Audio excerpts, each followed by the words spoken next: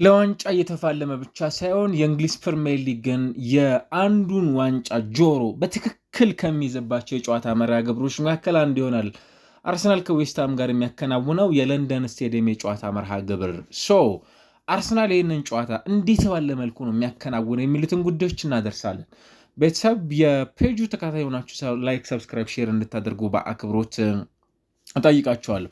በእንግሊዝ ፕሪሚየር ሊግ አርሰናል ከዌስትሃም ዩናይትድ ጋር የሚያደርገው ጨዋታ እንዲሁ በጣም ቀላል የሚባል አይደለም። ምናልባትም ብዙዎች እየተናገሩት እንደሚገኙት አርሰናል ከሜዳው ውጭ የሆነ በሜዳው በዚህ ውድድር ዓመት ከሚያከናውናቸው የጨዋታ መርሃ ግብሮች ይህንን ካሸነፈ በእርግጠኝነት የእንግሊዝ ፕሪሚየር ሊግን ማሸነፉን ያረጋግጣል የሚሉ ሀሳቦች እየተነሱለት የሚገኝ ጨዋታ ነው። እሱም በፈረንጆቹ ሜይ 10 ከዌስትሃም ዩናይትድ ጋር የሚያደርገው ከሜዳ ውጭ የሚደረገው ትልቁ ጨዋታ ነው ማለት ነው። ይህንን ጨዋታ ስንከታተል ምናልባትም በእንግሊዝ ፕሪሚየር ሊግ በጣም ተጠባቂና አስፈላጊ ከሚባሉ የጨዋታ መርሃ ግብሮች መካከል በትልቁ የሚነሳ ነው። በእንግሊዝ ፕሪሚየር ሊግ የመውረድ እድሉ ምንም እንኳን እስካሁን ድረስ ባለው ሂሳባዊ ስሌት የተረጋገጠ ይሆን እንጂ መውረዱ አጠያቂ ሁኔታ ውስጥ ያልገባውን በርንሊ ከዛ ክሪስታል ፓላስ ከሜዳ ውጭ ያደርጋል። አርሰናል እንግሊዝ ፕሪሚየር ሊግ ምናልባትም ዌስትሃም ዩናይትድን የሚያሸንፍበት የጨዋታ መርሃ ግብርን ካደረገ በኋላ በኤምሬትስ የሚደረገው የፊታችን ከበርንሊ ጋር የሚከናወነው ጨዋታ በእርግጠኝነት ከደጋፊዎቹ ጋር ሴሌብሬት የሚያደርግበት የጨዋታ መርሃ ግብር እንደሆነ ገና ካሁኑ በጣም በርካቶች እያነሱት የሚገኙ የጨዋታ መርሃ ግብር ነው። ይሄኛው ጨዋታ በጣም ቀላል የሚባል አይደለም። አርሰናል ከብዙ ፖዚቲቭ ከሆኑ ነገሮች የሚመለስበት የጨዋታ መርሃ ግብር እንደሆነ ደግሞ መዘንጋት ያለብን አይመስለኝም። ምክንያት ስንል ለምሳሌ አርሰናል በውድድር ዓመቱ 41ኛ ጨዋታውን አሸንፈዋል። ከ20 ዓመታት በኋላ ወደ አውሮፓ ሻምፒዮንስ ሊግ ለፍጻሜ ማለፉን ያረጋገጠበት የጨዋታ መርሃ ግብር ያከናወነው። ባለፉት ሁለት ጨዋታዎች ምናልባትም ከፉልሃም ጋር የነበረውን ጨዋታ በጎል ብልጫ፣ በነጥብ፣ በጨዋታ ማራኪ መሆን አርሰናል ፍጹም የበላይ ነበር። በተመሳሳይ ደግሞ በአውሮፓ ሻምፒዮንስ ሊግም አትሌቲኮ ዲ ማድሪድን አሸንፎ ያለፈበት መንገድ በጣም አስገራሚ እና ምናልባትም ቡድኑ ሪሊ ዲዘርቭ ያደርጋል የአውሮፓ ሻምፒዮንስ ሊግን ለማሳካት የሚሉ ጥያቄዎችም ጭምር የሚነሳበት እንደሆነ የተመለከትን እንገኛለን። በዚህ ቆይታዎች ውስጥ የአርሰናል የዚህ ሲዝን አንዱ አስፈላጊነት የውድድር ዓመቱን ዋንጫ ለማሳካት በቂና ትክክለኛ የጨዋታ መርሃ ግብር ይሄ እንደሆነ የሚያነሱለት ጨዋታ እንደሆነ ደግሞ በጣም በርካቶች ገና ከሆኑ እያነሱለት የሚገኝ ጨዋታ ሂደት ነው። በአርሰናል በኩል የጉዳት አዳዲስ ዜናዎች የሉም። ከቲምበር እና ከሚካኤል ሜሪኖ ውጭ ስቲል በጉዳት ሊስት ውስጥ የሚገኙ ተጫዋቾች ስሞቻቸውን የተመለከትን የለም። ኖ ፍሬሽ ኢንጁሪ ነው አሰልጣኝ ሚካኤል አርቴታ እያሉት።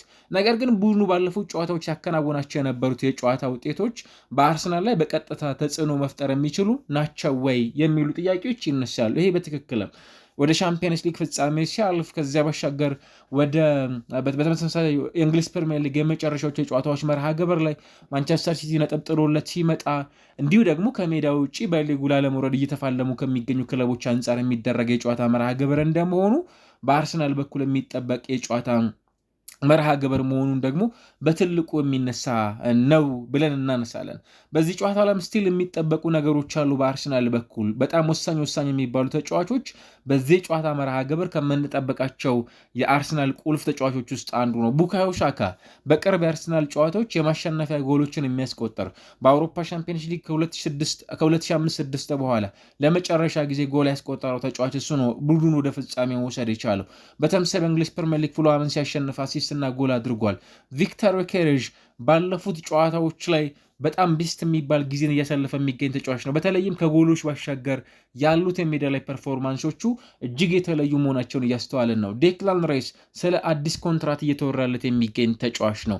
አሁን በአርሰናል በኩል ነገሮች በጣም አስፈላጊ በሆኑበት ሰዓት ላይ ቡድኑ የሚገኝ መሆኑንም ጭምር እያስመለከተን የሚገኝበትን የውድድር ዘመን እያሳለፈ እንደሆነም ጭምር እየተመለከትንበት እንገኛለን። 41 ጨዋታዎችን በአንድ ሲዝን ማሸነፍ የቻለ የሚካኤል አርቴታ ቡድን ነው እየተመለከትን የምንገኘው። ይሄ ጨዋታ አርሰናል በምንም አይነት መልኩ ውጤቱን አሳልፎ ሊሰጠው የሚገባ የጨዋታ መርሃ ግብር እንዳልሆነ በትልቁ የሚታወቅ ነው።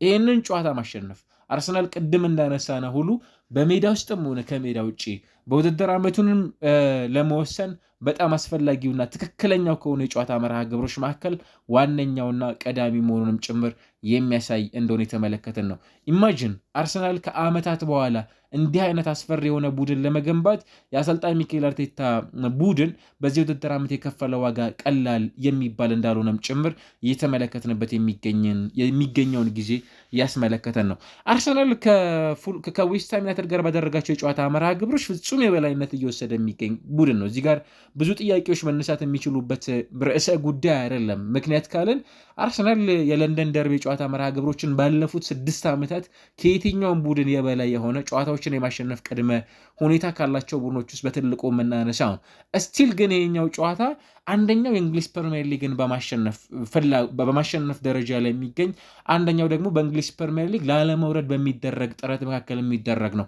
ሰው ቀላል የሚባል አይደለም። ዌስትሃም ዩናይትድ 38 ጨዋታዎችን ከአርሰናል ጋር ባከናወናቸው የእንግሊዝ ፕሪሚየር ሊግ የጨዋታ መርሃ ግብሮች ተሸንፏል። ምናልባትም ከአርሰናል በላይ በእንግሊዝ ፕሪሚየር ሊግ ዌስትሃምን ያሸንፈው ብቸኛው ቡድን ሊቨርፑል እንዲሁ ደግሞ ኤቨርተንን ነው። ምናልባት ይህም በሪቫለሪ ማለት ነው ያንን አይነት ቁጥሮችን የተመለከትንበት ነው። ከዚያ ባሻገር ደግሞ በተመሳሳይ በጣም ወረስት የሚባል ስታቲስቲክስ ካላቸው ክለቦች መካከልም ጭምር በትልቁ የሚነሳ ነው። አርሰናል ከሜዳ ውጭ በአንድ የውድድር ዘመን ሌላው ሊያሸንፈው የሚችለው ክለብ የመሆን እድል ይኖረዋል። ዌስትሃም ዩናይትድን በ2023/24 የውድድር ዘመን 6-2 እና 5-2 በሆነ ውጤት ጨዋታውን አሸንፈው ነበር። በደርሶ መልስ ከ5 በላይ ጎሎችን አስቆጥሯል። ያም ከ1957 እንዲሁም ከ1960 በኋላ ለመጀመሪያ ጊዜ ነበር እንዲህ አይነት ቁጥሮችን ማስመዝገብ የቻለው። ስቲል አርሰናል በዚህ ጨዋታ ላይ ዌስትሃም ዩናይትድን ኦክቶበር ወር ላይ 2-0 አሸንፈው እንደነበርም ጭምር ይታወቃል። ከዛ ባሻገር ለአርሰናል ይሄ ጨዋታ በጣም ቀላል ከሚባሉት የእንግሊዝ ፕሪሚየር ሊግ መርሃ ግብሮች ውስጥ አንዱ ነው። ለዌስትሃም አንዱ ጥሩ ነገር ባለፉት 6 የጨዋታ መርሃ ግብሮች ቡድኑ በሜዳው ባደረጋቸው መርሃ ግብሮች ሽንፈትን አላስተናገደም። 3ቱን አሸንፏል። 3ቱን ያቻ ውጤት ማስመዝገብ የቻለ ቡድን ነው። ይሄም ከኤፕሪል 2016 እንዲሁም ከሴፕቴምበር 2015 በመካከል ከነበሩት ጊዜያቶች በኋላ ጥሩ ሊባል የሚችል ውጤት ያለው ክለብ ሊሆን እንደሚችል ያደርገዋል። አርሰናል ባለፉት የመክፈቻ ጨዋታዎች ላይ በተለይም በ10 ደቂቃዎች ውስጥ ባለፉት 2 የጨዋታ መርሃ ግብሮች ላይ በ9ኛውና እንዲሁ በ10ኛው ደቂቃ ላይ ከኒውካስልና ከፉልሃም ጋር ጎል አስቆጥሯል። ይሄ ማለት ምናልባትም ለአርሰናል ከ2002 በኋላ በጣም በአጭር ደቂቃ ፈጣን የሚባሉ ጎሎችን ያስቆጠረበት የጨዋታ መርሃ ግብርም ነበሩ ባለፉት 2 መርሃ ግብሮች። ይሄ ማለት ለአርሰናል ሌላ በቶሎ ጨዋታዎችን እርሊ እየገደለ የሚገኝ ቡድን መሆኑንም ደግሞ እያስመለከተን የሚገኝ ነው። ዘንድሮ የሴት ፒሱ ንጉስ አርሰናል 27 ጎሎችን አስቆጥሯል። ከሴት ፒሶቹ ምናልባትም ከማዕዘን ምቶቹ ደግሞ 17 የተቆጠሩ ናቸው። የአርሰናልም ከዚህ በፊት የነበሩት 16 በአንድ ሲዝን የማስቆጠር ሪከርዱንም ጭምር ያሻሻለበት እንደነበር የሚታወቅ ነው።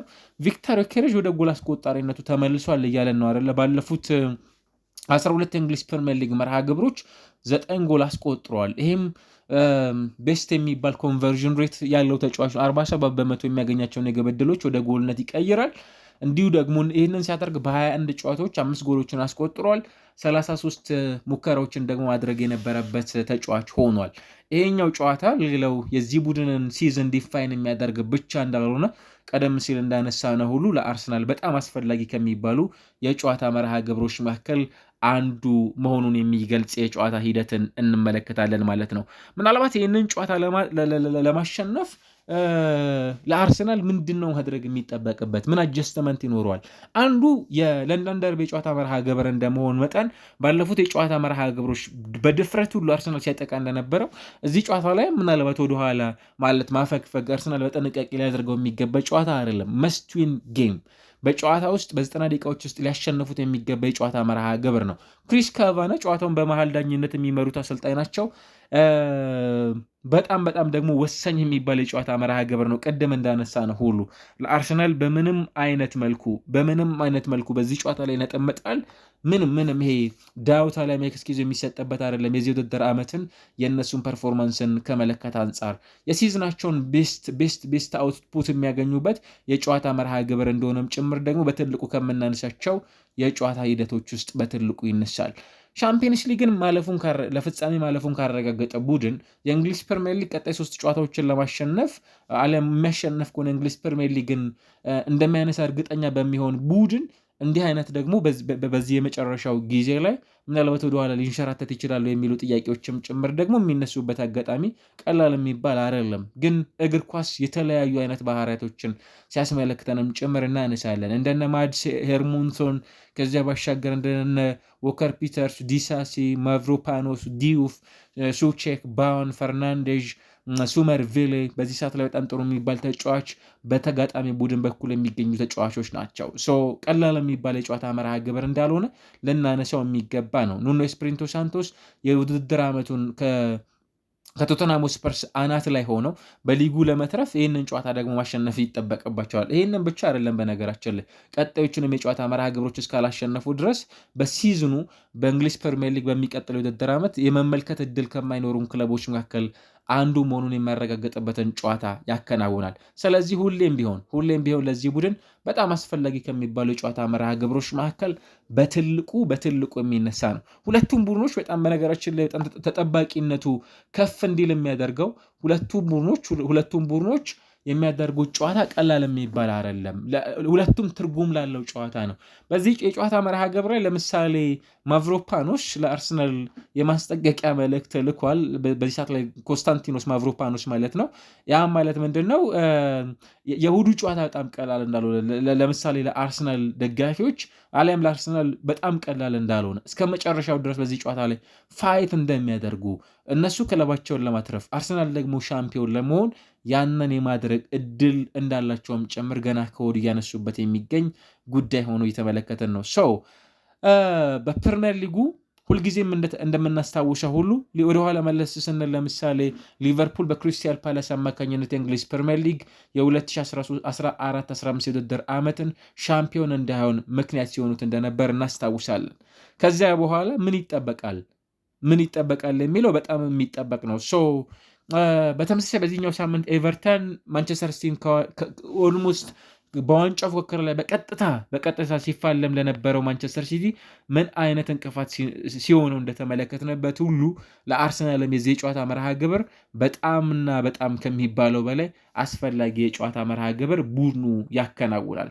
በእንግሊዝ ፕሪሚየር ሊግ በዚህ ውድድር ዓመት አርሰናል በሜዳውም ሆነ ከሜዳ ውጭ ጥሩ የሚባሉ ስታቲስቲክሶች አሉት። ከሜዳ ውጭ 9 አሸንፏል፣ 5 አቻ ወጥተዋል። በ3 ጨዋታዎች ሽንፈትን ያስተናገደ ቡድን ነው። በአማካይ 27 ጎሎችን አስቆጥረዋል፣ 15 ጎሎች ደግሞ ተቆጥረውበታል፣ 32 ነጥቦችን ሰብስበዋል። አርሰናል ከሜዳ ውጭ የሰበሰበው ነጥብ በዚህ ውድድር ዓመት በአጠቃላይ ዌስትሃም በኦቨሩል ከሰበሰበው ነጥብ በ4 ብቻ ነው ዝቅ የሚለው። ዌስትሃም 36 ነጥቦችን ሲሰበስብ አርሰናል ከሜዳ ውጭ ብቻ 32 ነጥቦችን ሰብስቧል።